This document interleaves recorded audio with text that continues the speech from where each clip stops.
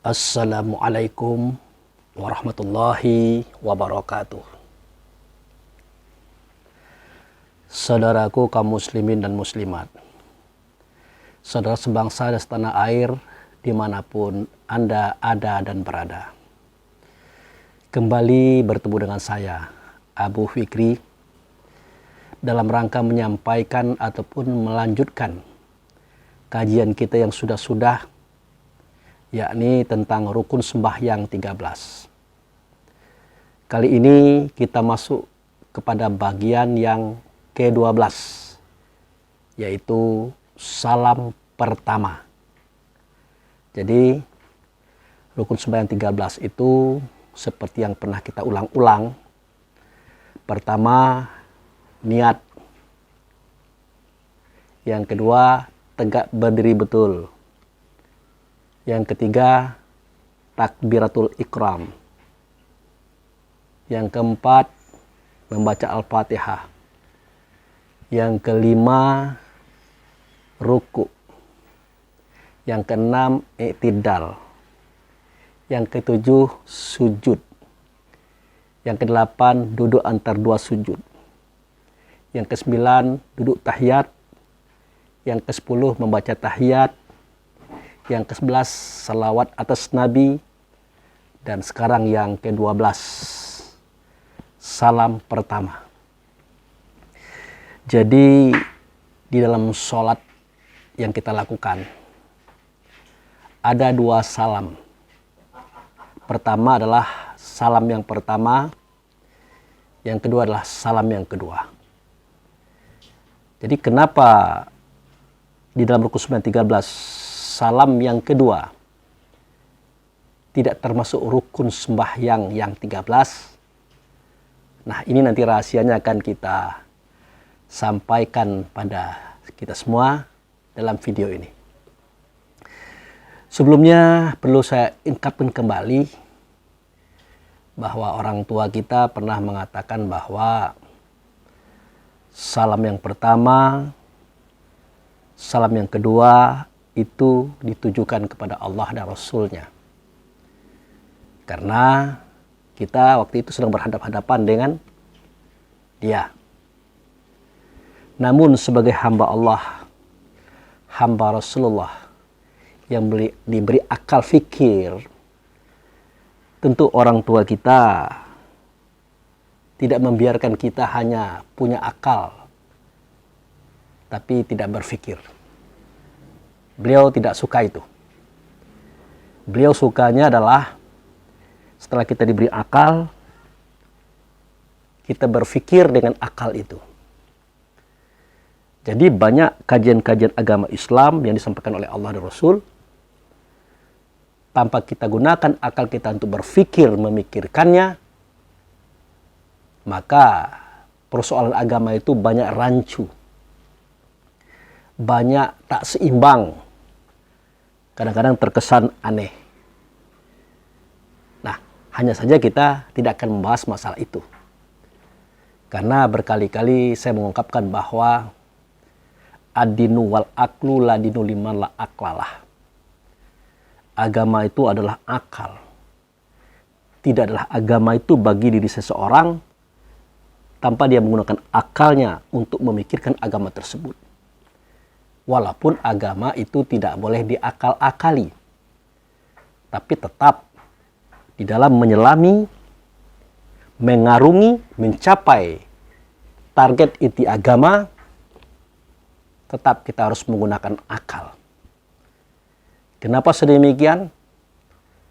Ada orang mengatakan kalau Pak Abu Fikri itu kalau dia berbicara tentang kaji, dia banyak menggunakan akalnya ketimbang wahyu.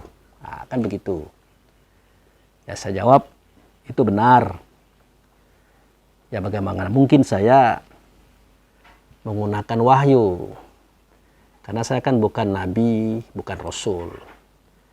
Hanya saja saya dianugerahkan akal untuk mencerna apa yang diturunkan oleh Allah kepada Rasul, apa yang diturunkan Rasul kepada kita, yaitu berupa Quran dan Sunnah.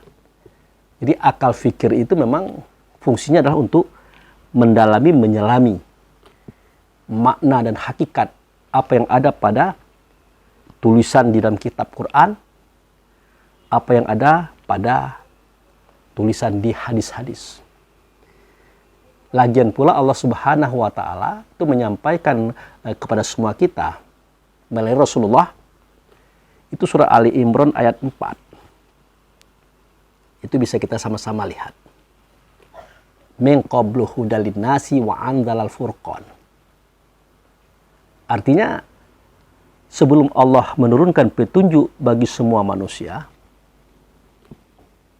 ya terlebih dahulu Allah menurunkan kepada manusia itu Furqan. Apa itu maksudnya? Maksudnya adalah ya sebelum kita mengenal Allah, sebelum kita mengenal Rasul, sebelum kita mengenal kitab Taurat, Zabur, Injil, Quran, yang pertama kali turun kepada kita adalah sesuatu yang mampu membedakan yang hak dan yang batil, yang benar dan yang salah, yang patut dan yang tidak patut. Nah, itulah akal. Hanya akal yang mampu melakukan pekerjaan yang seperti itu. Maka tidak dan tidak saya katakan bahwa menurut saya akal itu nomor satu yang kita gunakan untuk memahami, menyelami dan mendalami apa-apa saja yang ada pada kitab Quran dan apa-apa saja yang ada pada kitab-kitab hadis atau sunnah. Baik, kita masuk kepada pandangan orang tua kita yang mengatakan bahwa seketika kita mengucapkan Assalamualaikum yang pertama, Assalamualaikum yang kedua, beliau mengatakan itu ditujukan kepada Allah dan Rasulnya. Karena waktu itu kita berhadapan-hadapan dengan Allah dan berhadapan-hadapan dengan Rasul. Allah yang kita cari, yang nyata adalah Rasul. Rasul yang kita cari, yang nyata adalah nabinya. Nah, masalah nabi ini dulu sudah saya bahas, sudah saya jelaskan. Tapi tidak apa-apa, saya ulang kembali. An-nabaun atau nabi itu artinya pembawa. Pembawa apa? Pembawa berita kerasulan. Karena di dalamnya ada Rasul. Ada yang datang daripada Allah, memberikan petunjuk kepada kita, mengajarkan agama kepada kita. Kalau Rasul itu saja yang datang kepada kita, tentu tidak dapat kita mencernanya. Karena Allah itu gaib, Rasul juga gaib. Sebagaimana gaibnya roh kita. Makanya Rasul itu diberi tubuh, diberi badan, diberi jasad. Nah, tubuh, badan, jasad Rasul inilah yang disebut dengan yang membawa berita kerasulan, karena Rasul itu ada dalam dadanya. Maka itu disebut dengan Nabi. Nah, itulah Nabi yang kita hadapi di dalam sholat. Baik, kita lanjutkan. Apakah benar ucapan Assalamualaikum warahmatullahi wabarakatuh yang pertama? Assalamualaikum warahmatullahi wabarakatuh yang kedua. Itu kita berikan kepada Allah dan Rasul. Kita tujukan kepada Allah dan Rasul. Apakah benar begitu? Nah, untuk mengetahui benar dan tidaknya, patut dan tidaknya, mari kita terjemahkan. Nah, kita nyatakan kepada Allah dan Rasul, keselamatan bagi engkau wahai Allah dan Rasul. Ya. Kasih sayang Allah dan Rasul bagi engkau wahai Allah dan Rasul. Berkah Allah bagi engkau wahai Allah dan Rasul. Itu yang kita ucapkan kalau itu memang diarahkan kepada Allah dan Rasul. Kira-kira bagaimana? Apakah benar seperti itu? Apakah patut kita nyatakan seperti itu? Ya, tentu tidak begitu. Nah, disinilah orang tua kita menguji kapasitas kemampuan kita di dalam mencerna apa yang beliau sampaikan, yang dia berikan kepada kita pada acara-acara live streaming yang selalu kita ikuti. Ya tentu hukumnya tidak berubah dengan processing terjadinya at-tahiyat. At-tahiyatul mubarakatus sholatu thayyibatul lillah. Nah, itu.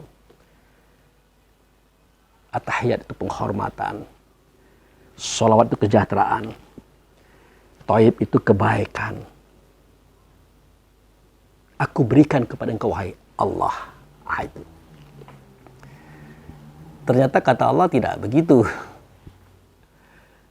Itu engkau berikan kepada, ini dia, Rasul, tetapi wujud nyatanya adalah Nabi. Makanya kita merubah kalimat itu dalam bentuk bahasa lain yang bunyinya Assalamu alaika ayuhan Nabi wa rahmatullahi wa barakatuh. Keselamatanlah bagi engkau, wahai Nabi, rahmat dan berkah Allah atasnya engkau. Rasul pun tersenyum. Nabi pun tersenyum. Dia menunjuk kepada kita. Akhirnya kita merubah lagi. Assalamu alaina wa ala ibadillahi sholihin. Keselamatan itu adalah bagi kami, bagi mereka yang melaksanakan soleh atau sholat. Tentu sholat yang dimaksud adalah sholat yang mengikut Rasul. Sholat yang mengambil tempatnya, yaitu maqam Ibrahim. Sholat yang menghadap kiblat di dalam Baitullah. Begitu. Nah, jelas. Jadi kata Assalamualaikum itu kembalinya kepada kita. Kita yang mana? Tentu terutama kita yang melakukan perkataan, ungkapan dan penyerahan kata-kata itu kepada Allah dan Rasul. Begitu. Makanya Al-Quran mengajarkan kepada kita, وَمَنْ يَعْمَلْ مِثْقَالَ ذَرَّةٍ خَيْرًا يَرَهُ وَمَنْ يَعْمَلْ مِثْقَالَ ذَرَّةٍ شَرًّا يَرَهُ. Barang siapa yang berbuat baik hanya setitik debu, maka kebaikan itu akan jatuh kepada dirinya. Barang siapa yang berbuat buruk, walaupun setitik debu, maka keburukan itu akan jatuh kepada dirinya. Artinya dia yang akan menerima semua risiko perbuatan-perbuatan yang baik, semua risiko perbuatan-perbuatan yang buruk. Kembali kepada kita yang menjadi pelakunya. Itu atau maf'ulnya kata orang Arab. Nah, itu sudah pasti. Tetapi kenapa kita melihat ke kanan? Kenapa kita melihat ke kiri? Kenapa ke kanan itu hukumnya wajib dan menjadi rukun sembahyang 13, satu di antaranya? Dan kenapa yang ke kiri tidak? Tentu ini perlu kita bedah pemahamannya. Perlu kita arungi, kita selami, kita dalami, kita cari inti mutiaranya. Begitu. Nah, kalau keselamatan yang kita nyatakan kembali kepada kita itu sudah mutlak. Itu ketentuan Allah dan Rasul. Namun yang ke kanan, apa maknanya? Yang ke kiri, apa maknanya? Maknanya adalah kita juga tidak ingin selamat sendiri, tidak ingin benar sendiri, tidak ingin baik sendiri, tidak ingin selamat sendiri. Kita juga berharap golongan kanan juga merasakan itu. Bahkan golongan kiri juga merasakan itu. Kenapa? Karena kita berada di tengah-tengah mereka golongan kanan, karena kita berada di tengah-tengah mereka golongan kiri. Kita bercampur bersama mereka. Karena kita adalah makhluk sosial, makhluk yang berkomunikasi, makhluk yang berhubungan, makhluk yang membaur dalam satu komunitas yang disebut dengan masyarakat atau warga. Itu persoalannya. Nah, keselamatan itu juga kita harapkan didapatkan oleh golongan kanan tadi. Siapa golongan kanan? Dan siapa golongan kiri? Nanti saudara-saudaraku lihat di surat Al-Waqi'ah. Dimulai dari surat ayat 8 sampai seterusnya itu. Itu ya menceritakan 3 golongan sebenarnya. Itu golongan yang pertama kali bertemu dengan Allah dan Rasul. Itulah sekelompok orang yang disebut dengan Ali Muhammad. Keluarga Muhammad. Mereka yang sudah sampai kepada Allah dan Rasul. Hari ini. Itulah para Rasul, para Nabi, para Aulia, para Siddiqin, para pejuang, orang-orang baik dan ikhlas di dalam beragamanya. Itu kelompok yang pertama yang telah terdahulu mereka. Hari ini yang kita berkeinginan juga bersama mereka. Sebagaimana kita katakan, Allahumma sholli ala Muhammad wa ala ali Muhammad. Kama sholaita ala Ibrahim wa ala ali Ibrahim. Ya Allah, hubungkanlah aku dengan Muhammad dan keluarga Muhammad. Sebagaimana Ibrahim telah berhubungan dengan Muhammad, juga keluarganya Ibrahim. Itu yang disebutkan Ali Muhammad. Tadi artinya adalah orang-orang terdahulu. Sabiqul awalun. Itu golongan yang pertama. Nah, setelah itu ada golongan yang kedua, golongan yang ketiga. Golongan yang kedua itu adalah golongan kanan. Golongan kanan adalah orang-orang yang beriman, beramal soleh, istiqomah, berjuang untuk diri dan keluarga serta kaum kerabatnya menuju Allah dan Rasul. Itulah golongan yang berbahagia, kata Allah.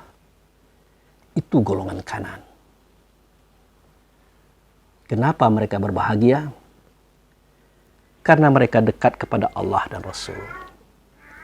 Karena mereka konsisten dengan ajaran agama Islam yang diajarkan oleh Allah dan Rasul. Sehingga kita merasakan percikan kebaikan-kebaikan itu. Kita rasakan. Nah, mereka itu diantaranya adalah kedua orang tua kita. Ayah dan bunda kita. Ayah dan bunda kita. Itulah asbab di mana Allah dan Rasul melahirkan kita ke dunia ini.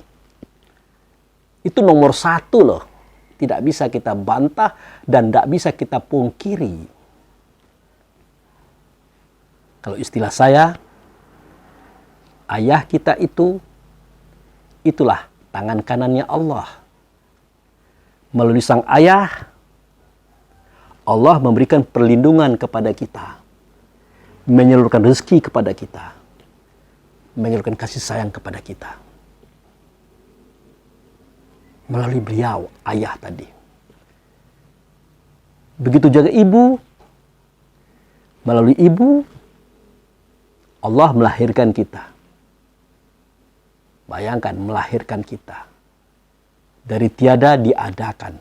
Dari tak nyata dinyatakan. Resikonya nyawa loh. Hilang kenyamanan. Hilang ketentraman, kesenangan.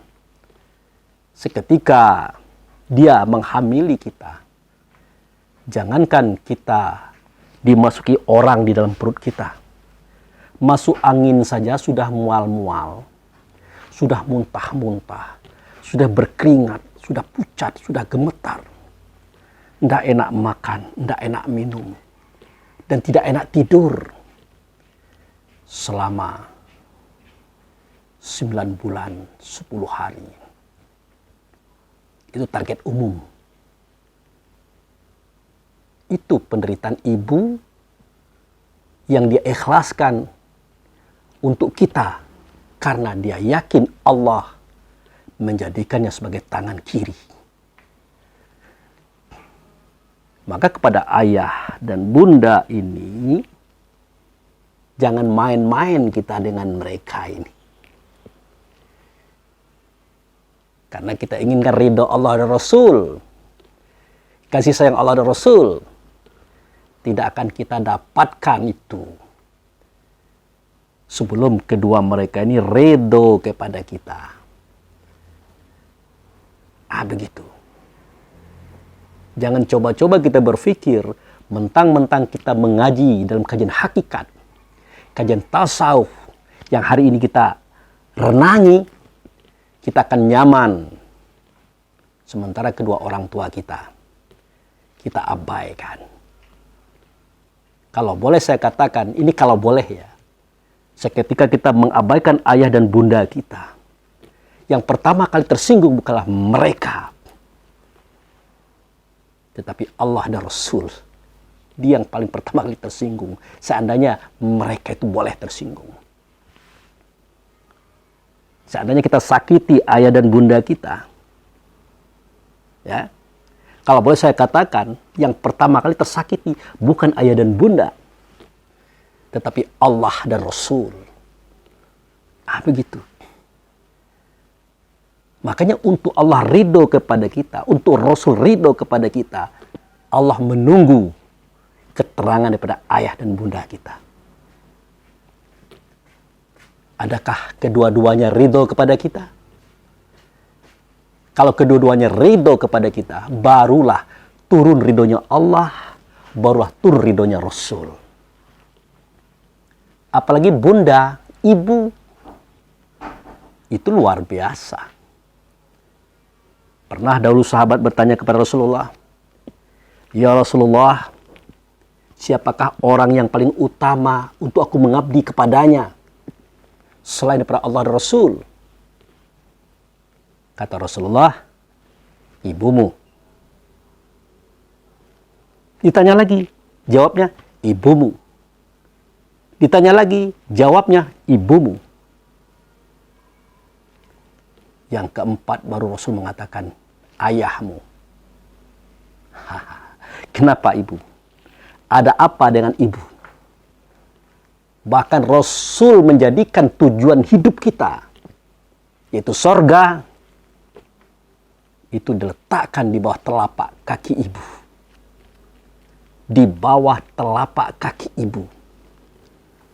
Al-jannatu tahtil ummi. Sorga itu, sorganya kamu, ada di bawah telapak kaki ibumu. Begitu. Meskipun mereka itu orang kafir, orang ingkar, orang yang tidak baik, orang yang tidak benar, tidak jadi alasan untuk kita mendebatnya, membantahnya, memusuhinya, mengucilkannya. Tidak ada alasan bagi kita untuk itu. Makanya Allah ajarkan, Rasul ajarkan. Seketika ayah bundamu mengajak kamu untuk kafir kepada Allah dan Rasul, maka tolaklah pelan-pelan. Tolaklah pelan-pelan. Jangan kasar. Jangan mengatakan kata pedih. Ini cerita kalau kita diajak untuk kafir, untuk salah, untuk bermaksiat. Begitu Allah dan Rasul mengajarkan. Sekali-kali kamu jangan mengatakan kata gemetar, bergoncang aras seketika kamu nyatakan itu. Begitu Allah dan Rasul mengajarkan kepada kita. Begitu Allah dan Rasul menghargai ayah bunda.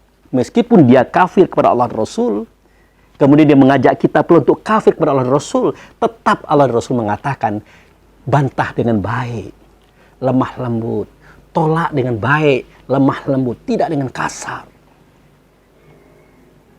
Kenapa?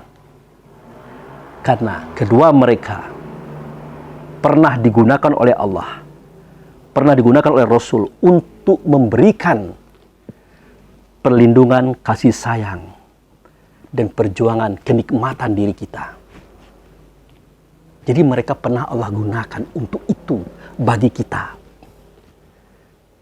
Artinya Allah pun berterima kasih kepadanya. Kalau boleh kita dalami lagi, Allah pun bersyukur kepadanya. Padahal Tuhan loh. Lalu kenapa kita tidak bersyukur kepada kedua orang tua? Tidak berterima kasih kepada orang tua? Apalagi kita posisinya ustaz, sarjana, doktor, master. Kita kaya, kita gagah, kita jadi orang besar. Kita sepikan mereka. Kita nafikan mereka, kita abaikan mereka. Bahkan kita menghardik mereka. Tidak ada keberkatan dalam hidup kita. Apapun namanya kita. Itu saudara. Nah ini golongan kanan ini. Tetap berikan keselamatan kepadanya. Kemudian golongan kanan yang lain. Banyak. Pemimpin kita, guru kita, kaum kerabat kita. Siapa saja yang memberikan kebaikan, kebenaran, kenikmatan, keberuntungan kepada kita. Siapa saja. Itu golongan kanan. Nah, kalau kita berbuat baik kepada mereka golongan kanan, ini kecuali ayah bunda ya, wajar-wajar saja. Kita berbuat baik kepada orang baik kepada kita, wajar-wajar saja. Yang tidak wajar itu adalah seketika kita tidak baik kepada orang baik kepada kita. Kita tidak berterima kasih kepada orang sudah baik kepada kita. Itu tidak wajar. Makanya wajib hukumnya assalamualaikum itu ke kanan, wajib hukumnya. Jika itu tidak kita lakukan, batal sholat kita. Batal hubungan kita dengan Allah dan Rasul di dalam sholat. Batal agama kita. Karena kita tidak baik kepada golongan kanan. Terutama kepada ayah dan bunda saudara. Begitu. Itu golongan kanan. Kemudian golongan kiri. Nah siapa itu? Nah golongan kiri ini adalah golongan orang-orang yang ingkar. Yang kafir, yang buruk, yang jahat. Bahkan terhadap diri kita dia jahat. Allah dan Rasul pun mengajarkan kepada mereka, berikan dia keselamatan. Berikan mereka itu kebaikan, kebenaran. Tetaplah kita berkomunikasi dengan mereka secara baik dan benar. Jangan dimusuhi. Jangan dikucilkan, jangan dihardik. Begitu. Itu selama mereka mau diberikan kebaikan, kebenaran. Ya. Kalau mereka tidak mau, ya apa boleh buat. Kita tidak terbebani lagi. Itu. Karena tidak ada tekanan wajib untuk itu. Makanya sunnah hukumnya. Untuk golongan kiri tadi. Tapi apapun alasannya, golongan kiri adalah asbab untuk kita menjadi golongan kanan. Ingat itu.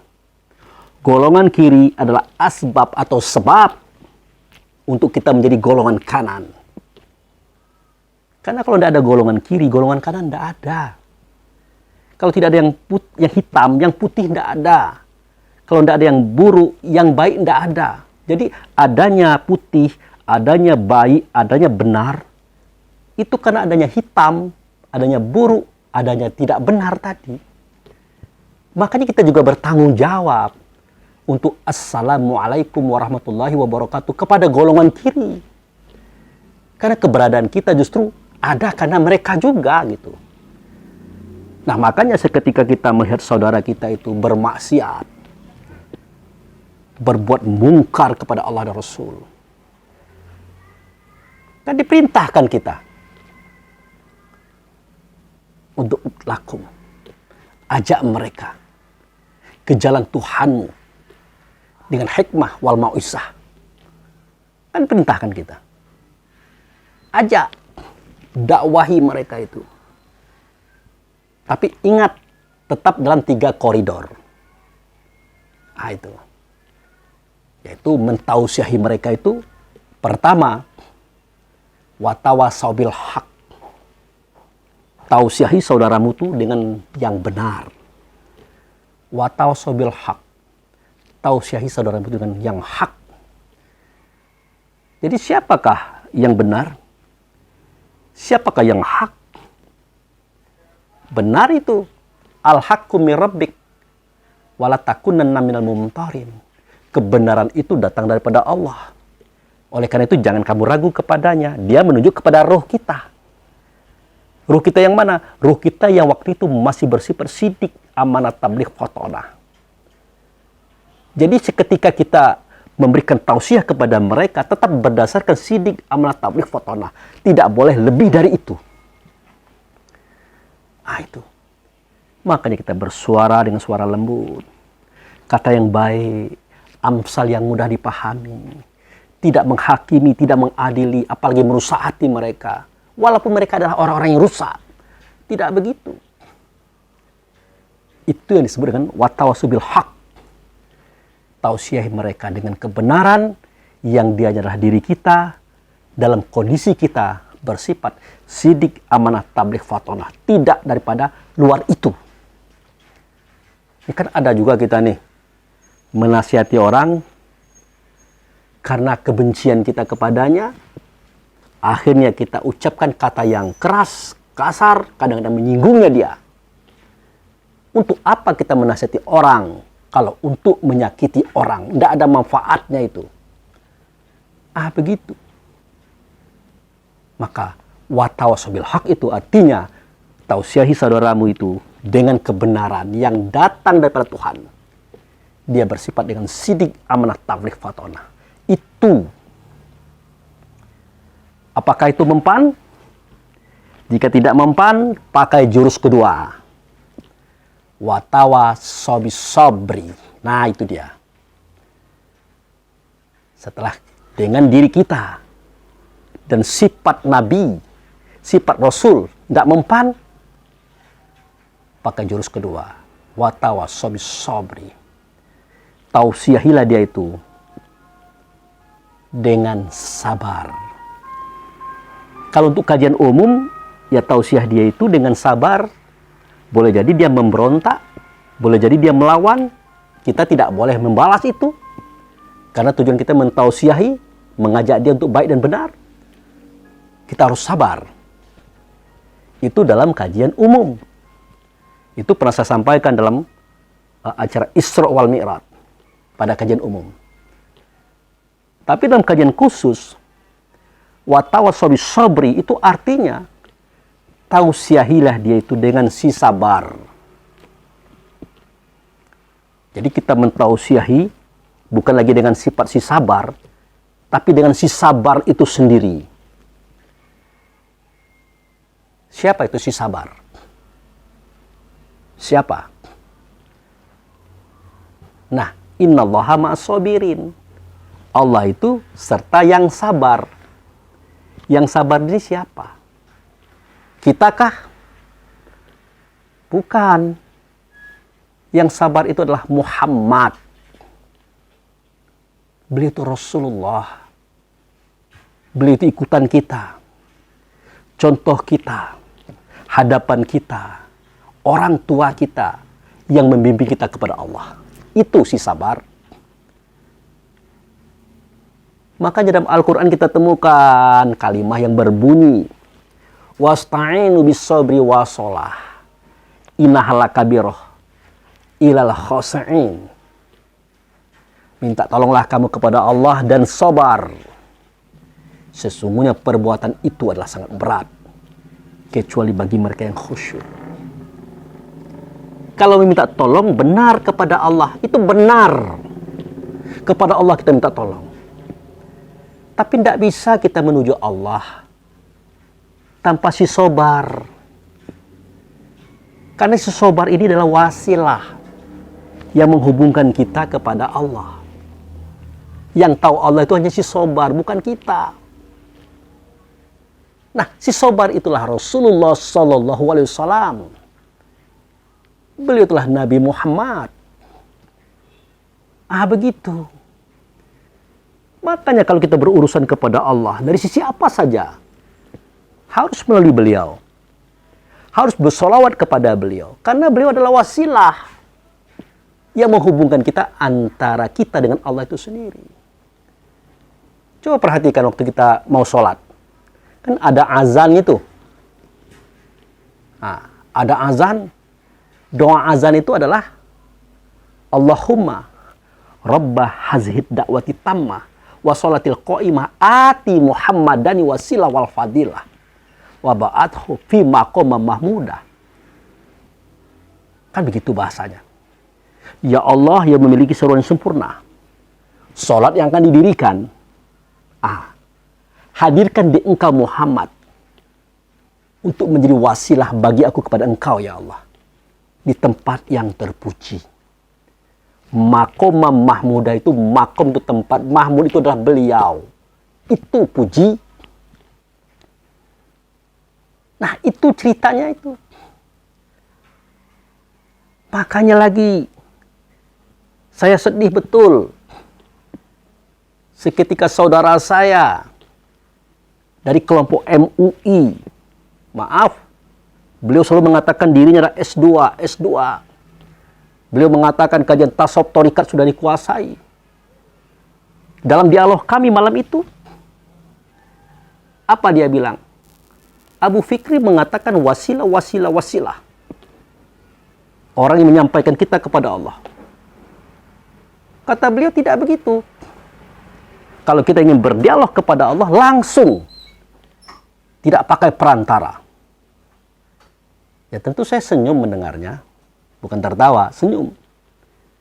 Karena tidak cocok kata-kata itu disampaikan oleh orang seperti beliau. Peranannya ulama. Stratanya S2. Pemahamannya tasawuf. Udah tinggi menurut dia. Saya katakan jangankan kita kepada Allah. Allah saja untuk bertemu dengan kita pakai wasilah. Coba perhatikan. Seketika Allah mengajarkan kita mengaji kitab Quran. Mengaji agama. Mendalami hakikat agama. Tidak pernah kita lihat Allah. Tidak pernah. Yang kita ketahui adalah Rasul, Nabi, Aulia, ulama, guru-guru. Itu yang kita temukan. Tidak Allah. Jadi Rasul, Nabi, Aulia, para ulama, guru-guru, itulah perantara antara Allah kepada kita untuk menyampaikan pemahaman ini. Begitu. Nah, masalah rezeki juga begitu. Berkali-kali saya sering katakan, seketika kita bertandang ke rumah teman kita, saudara kita, dihidangkan makanan dan minuman, buah-buahan. Apa itu? Itu rezeki. Siapa yang memberikan? Ar-Razak. Siapa Ar-Razak? Allah. Nah, adakah kita melihat Allah menatingkan makanan dan minuman? Menatingkan buah-buahan dan kue? Ada enggak? Enggak ada. Yang adalah tuan rumah. Yang adalah teman-teman kita, saudara kita, sahabat kita yang rumahnya kita kunjungi. Begitu Allah bersikap berlaku untuk kita dalam masalah sifatnya dia, namanya dia. Selalu dia berwasilah. Bahkan di suatu ayat pada kitab Quran dikatakan, tidak mungkin Allah berbicara langsung kepada kamu. Kecuali melalui Rasul dan Nabi-Nabi. Dan di balik tirai. Begitu. Maka dikuncilah persoalan ini dengan surat Al-Ma'idah ayat 35. Ya ayyuhallazina amanu taqullah wabtahu ilaihi wasilah. Nah itu dia. Wahai orang beriman, bertakwalah kamu. Cari oleh kamu jalan yang akan mengantarkan kamu kepada Allah. Jalan itu wasilah, saudara. Wajihadu fi sabilihi la'allakum tuflihun. Nah, berjuang kamu mencari jalan itu. Berjuang kamu mencari perantara itu, wasilah itu. Kalau kamu bertemu, pasti kamu menang, kata Allah. Itulah Rasul, itulah Nabi, itulah si sabri tadi, si sabar. Makanya kalau minta tolong kepada Allah itu tidak bisa langsung, harus dengan sabar. Itu berat memang. Ada usaha mencari ilmunya, mencari pahamnya, mencari maknanya. Ada pengamalannya, ada latihannya, baru sampai. Insya Allah kita menjadi orang yang khusyuk. Itu. Maka sesungguhnya kejadian itu sangat berat kecuali orang yang khusyuk. Siapa orang yang khusyuk? Allazina yazununa mulaqu rabbihim wa annahum ilaihi raji'un. Yaitu orang yang mempunyai sangka-sangka. Orang yang punya keyakinan bahwa di dalam sholat itu mereka bertemu dengan Tuhan.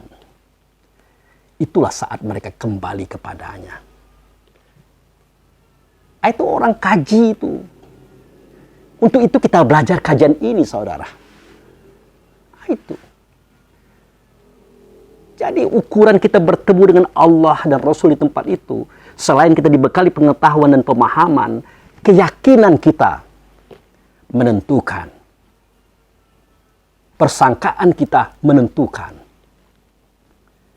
Bahkan dalam hidup ini, kita diajarkan berpikir positif. Walaupun yang kita lihat, yang kita alami negatif, tetap berpikir positif. Dalam bahasa umumnya, bersangka baiklah kamu kepada Allah. Karena semua yang datang kepada kita, yang terjadi untuk kita, kan dari Allah. Kenapa? Karena persangkaan kita, dia nanti akan pergi kepada apa yang kita sangkakan. Lalu dia membawa itu untuk kita.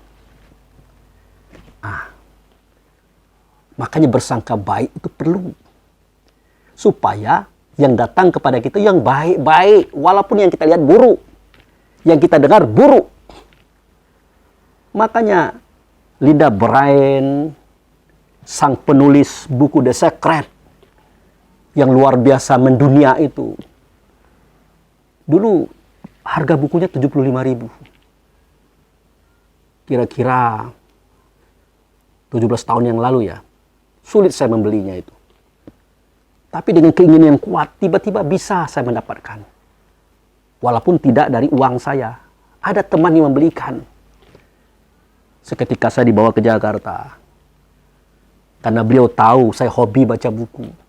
Sudah setumpu ini buku saya kumpulkan. Siap dia bayar. Saya bilang sama beliau. Saya panggil dia Tumbah. Saya panggil beliau dalam Mbah. Mudah-mudahan beliau menonton video saya ini. Mbah, gimana kalau ini saya batalkan untuk saya ambil? Lalu gimana? Dia bilang, saya mau ngambil buku yang tadi. Yang judulnya The Secret. Oh, enggak apa-apa. Cuman harganya 75, Mbah. Dia berikan uang. Waktu itu uangnya sulit bagi saya waktu itu. Kalau sekarang tetap sulit, tapi agak mudah lah ketimbang waktu itu. Dapat. Buku itu saya pelajari. Saya lihat. Apa benar sih isinya ini? Sampai begitu menggemparkan dunia. Rupanya di dalam buku itu terdapat rahasia-rahasia suksesnya orang besar. Intinya, ana inda zoni abdibi, in zona khairu fa khairu, in zona syarun fa syaruh. Masya Allah. Itu saudara, inti daripada buku itu. Aku hanya mengikuti persangkaan hambaku. Kalau dia bersangka baik, aku datangkan kebaikan kepadanya.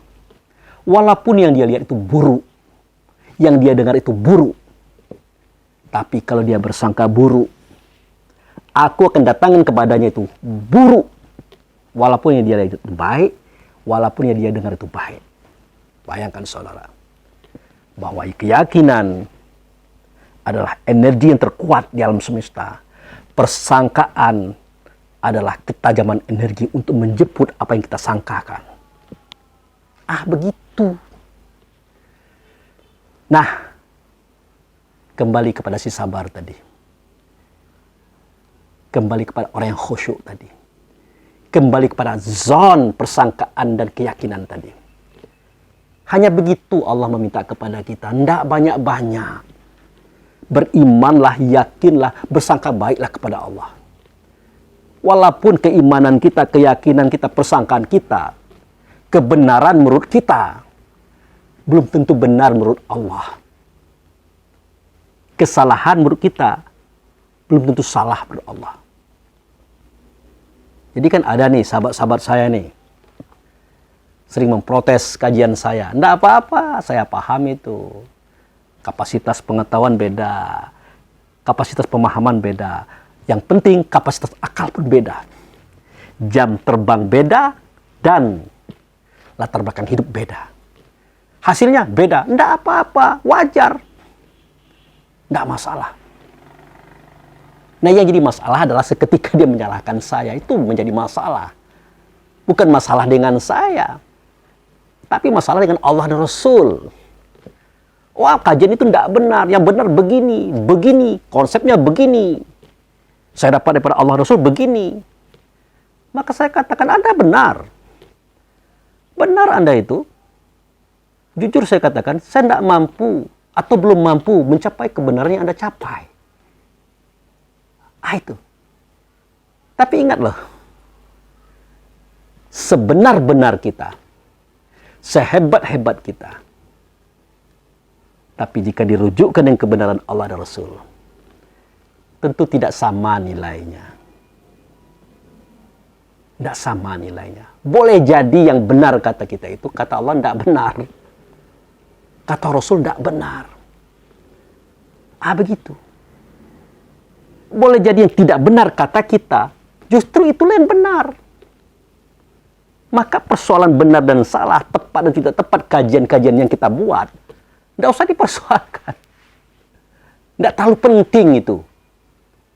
Walaupun kita katakan konsep penting. Betul. Salah konsep, salah pengamalan. Betul. Tapi di dalam pengamalan ada kebijakan. Kenapa?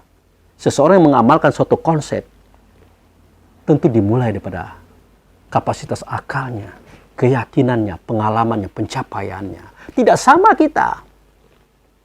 Intinya itu tidak ada persoalan antara kita berbeda. Itu tidak ada persoalan. Dan itu tidak terlalu penting, saudaraku. Yang penting itu bagaimana Anda mengamalkan pengetahuan Anda, pemahaman Anda di dalam masyarakat Anda. Terutama bagi diri dan keluarga Anda. Itu yang paling pokok. Begitu juga saya. Kalau kita menganggap konsep kita benar, kajian kita pas, ini yang sebenarnya. Sementara kita tidak punya buah amal realisasinya pada diri keluarga dan masyarakat kita tidak ada. Ya percuma juga. Makanya kalau beriman itu harus beramal soleh. Tidak bisa beramal soleh tapi tidak beriman, tidak bisa. Beriman saja tidak ada amal soleh, tidak juga bisa. Jadi beriman itu harus diiringi amal soleh. Berkeyakinan diiringi dengan perwujudan atau realisasi. Tanpa itu, ya sia-sia. Itu makanya Nabi Muhammad mengatakan, hakikat tanpa syariat. Itu. Maksudnya itu pengetahuan ilmu hakikat tanpa realisasi. Itu artinya batal. Hakikat tanpa syariat batal. Sebaliknya, syariat, realisasi, tanpa dasar, tanpa hakikat, hampa. Jadi kalau kita berbuat baik tanpa dasar, tanpa ilmu, hampa. Makanya Allah Subhanahu wa Ta'ala tidak akan menerima kebaikan kita kalau tidak didasari dengan pengetahuan dan ilmu tadi. Begitu. Kajian dalamnya bagaimana? Allah tidak akan menerima kebaikan kita kalau bukan si alimun itu yang melakukannya. Mana si alimun? Ini si alimun. Itu nama terakhir kita seketika kita memulai amaliyah ataupun perbuatan. Nama kita yang pertama adalah Nur Muhammad. Nama yang kedua adalah Mukmin. Ini momennya terjadi sewaktu kita melihat Allah yang nyata adalah Muhammad. Nama yang ketiga adalah ruh. Ketika kita ditiupkan ke dalam tubuh. Nama yang keempat adalah insan. Nama yang kelima adalah akal. Seketika kita menampung masalah. Dan seterusnya adalah fikir. Seketika kita mencari solusi. Selanjutnya adalah hayal. Seketika kita menimbang manfaat mudarat. Nama berikutnya adalah paham. Seketika kita merangkum semuanya. Dan yang terakhir nama kita alimun atau ilmu. Nah, sudah melalui proses nama-nama itu, maka perbuatan itu kita buat, barulah semua itu diterima oleh Allah dan Rasul, saudara. Tentu kejadian itu akan berada di Baitullah hakikat. Dalam pandangan batin kita disaksikan oleh Allah dan Rasul di tempat itu. Nah, itu biasanya mukmin yang melakukannya. Bukan jiwa. Loh, kok ada mukmin, kok ada jiwa? Nah, bahasa sederhananya begini. Kalau ruh itu mukmin. Kalau manusia itu jiwa. Ruh itu datang daripada Allah. Manusia datang daripada ibu bapa. Makanya falyanzul insanu mimma khuliqa mimma indafik yahruju min baini subri wa taraib. Dalam manusia memperhatikan dari apa dia dijadikan. Sesungguhnya manusia dijadikan dari air sulbi yang memancar tulang dada dan tulang rusuk. Di dalam air sulbi, di dalam air itu terdapat makhluk kecil yang bernama spermatozoa. Ternyata dia hidup, dia bernapas, dia berjalan, dia berlari, dia berkembang dalam rahim perempuan. Seketika dia bertemu dengan ovum di ovarium, telur perempuan. Bertemu spermatozoa dengan ovum, menyatu dia. Satu dia, pelan-pelan dia membelah dua. Kemudian membelah 4, membelah 8, menjadi 16 belahan. Akhirnya menjadi 32 belahan. Nanti akan jadi 33. Kapan? Ketika dia sudah berbentuk tubuh badan jasad, seketika dia berusia 4 bulan 10 hari. Itu yang dimaksud dengan ditiupkan ruh. Sumasawahu wa nafakhu fihi min ruhihi wa ja'ala lakumus sam'a wal absara wal afidah qalilan ma tashkurun. Seketika aku lihat sempurna batang tubuhmu dalam kandungan emakmu, maka aku sempurnakan kamu dengan cara ditiupkan ruh ke dalamnya. Apa yang terjadi? Nah, yang tadi telingamu sudah ada tapi belum bisa mendengar. Dengan ditiupkan ruh kamu bisa mendengar. Yang tadi kamu punya mata belum bisa melihat. Dengan ditiupkan ruh kamu bisa melihat. Yang tadi kamu punya hati belum bisa merasa. Dengan ditiupkan ruh kamu punya perasaan. Kalau boleh ditambahkan, yang tadi kamu punya otak belum bisa berpikir. Dengan ditiupkan ruh kamu bisa berpikir. Ternyata dengan pendengaran, penglihatan, perasaan, pemikiran kita bisa bekerja.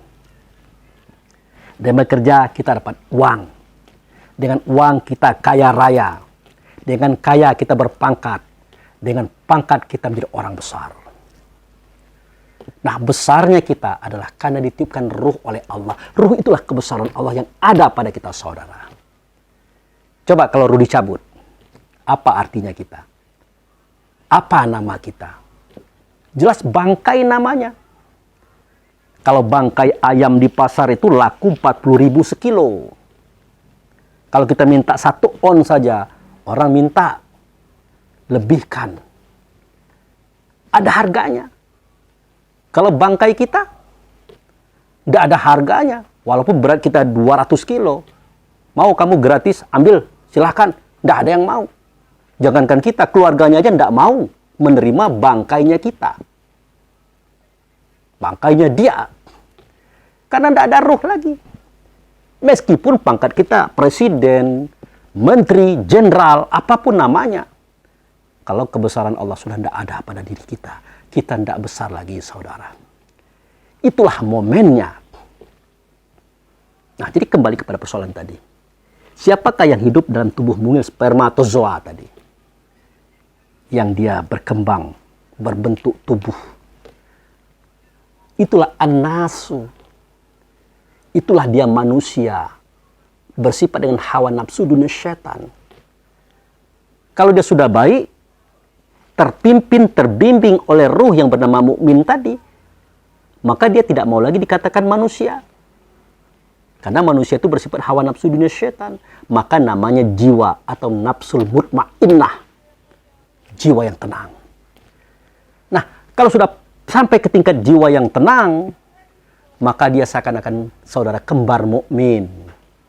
Kalau mukmin baik, dia pasti baik. Kalau mukmin benar, dia pasti benar. Makanya kalau kita melakukan kebaikan, wajib mukmin yang melakukan, jangan dia.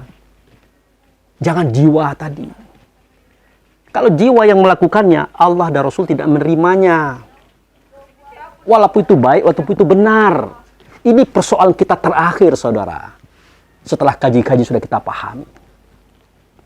Kita kan kebiasaan nih, di simpang-simpang, di pasar-pasar, Pak, tolong Pak, bantu saya Pak, udah 2 hari tidak makan Pak. Karena kita orang baik, orang benar, suka memberi orang, langsung keluar uang, kasih. Apakah itu salah? Enggak. Semua orang mengatakan kita baik, semua orang mengatakan kita benar. Bahkan yang diberi uang tadi merasa nyaman dan senang kepada kita. Tetapi ingat, siapakah yang memberikan uang tadi? Mukminkah atau jiwa atau mutmainnah tadi? Kalau si jiwa tadi, si mutmainnah tadi yang memberikan uang kepada sang minta-minta, Allah menolak, saudara.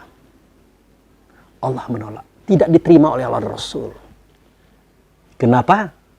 Pasti itu tidak melalui proses nur, ruh, insan, akal, fikir, hayal, paham, ilmu yang terakhir tadi. Artinya tidak di Baitullah hakikat, tidak berhakikat dia. Spontan. Itu bedanya perbuatan mukmin dengan perbuatan mutmainnah jiwa tadi. Kalau si jiwa berbuat, dia tidak disaksikan oleh Rasul. Dia tidak berhakikat, spontan. Kalau mukmin berbuat, dia tenang. Dia akan berniat, dia akan tertib, dia akan atur semua itu dalam kondisi yang tenang. Disaksikan oleh Allah Rasul. Tak, baru jadi. Nah itu saudara, processing cerita kisah kita dalam masalah salam yang pertama ini. Nah itu saja saya rasa informasi yang perlu saya sampaikan. Walaupun uraiannya panjang lebar. Jadi intinya adalah rukun sembahyang yang ke-12 ini adalah salam yang pertama.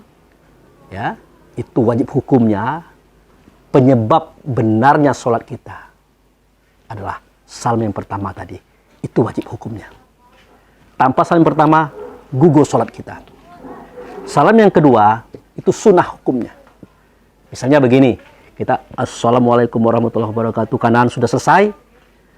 Pas mau mengatakan Assalamualaikum warahmatullahi ke kiri, tiba-tiba kita buang angin. Sholat kita tetap sah. Begitu hebatnya kisah ini. Baik saudaraku kaum muslimin dan muslimat, semua yang mendengarkan video saya mohhon maaf. Hanya itu yang bisa saya sampaikan. Semoga bermanfaat. Insya Allah kita akan bertemu pada sesi yang terakhir, bagian yang ke-13, yaitu tertib. Mohon doanya, kesehatan bagi saya, supaya kita bisa bertemu lagi, dan supaya saya bisa menyampaikan kajian ini kembali. Demikian, terima kasih. Wabillahi taufiq wal hidayah. Assalamualaikum warahmatullahi wabarakatuh.